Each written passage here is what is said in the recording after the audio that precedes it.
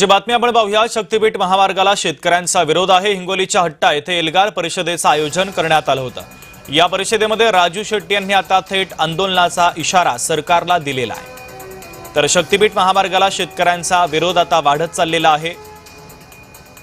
एल्गार परिषदेचं आयोजन करण्यात आलेलं होतं। यामध्ये आता आंदोलनाचा थेट इशारा सरकारला देण्यात आलेला आहे।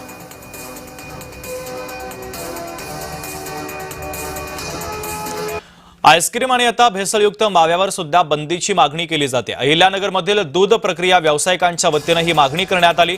दूध प्रक्रिया सेवा असोसिएशनचं अधिवेशन संपन्न झालं आणि या अधिवेशनामध्ये सविस्तरपणे चर्चा देखील पार पडली।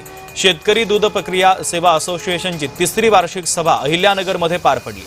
संघटनेचे अध्यक्ष हिरे समाधान आणि सचिव दीपक लांडगे यांच्या नेतृत्वाखाली झालेल्या या सभेत आमदार विक्रम पाचपुते प्रमुख पाहुणे म्हणून उपस्थित होते।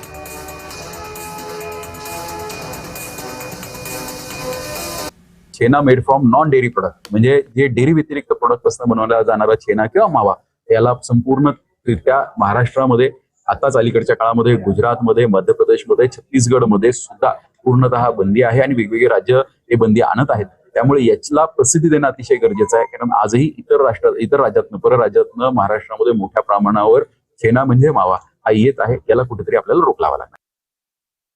दूध आणि दुग्धजन्य पदार्थ याच्यावर जे प्रक्रिया करणारे उद्योजक आहेत आणि जे शेतकरी बांधव आहेत यांच्यासाठी या असोसिएशनची आम्ही 3 वर्षापूर्वी साधारणतः याची स्थापना केली होती। शेतकऱ्यांना न्याय देण्यासाठी आणि उद्योजक नवीन घडवणे आणि ग्राहकांनाही चांगले उपपदार्थ आणि दुग्धजन्य पदार्थ मिळावे हे प्रमुख वैशिष्ट्य या असोसिएशनचं या ठिकाणी आहे। जनजागृती या असोसिएशनतर्फे केली जाते आणि कोणत्याही अडीअडचणी असतील तर त्या शासन दरबारी आणि सर्व ज्या क्षेत्रातील जे अडचणी असतील त्या सर्व विभागाला एकत्रित घेऊन सोडवण्याचा आम्ही या ठिकाणी प्रयत्न करत असतो।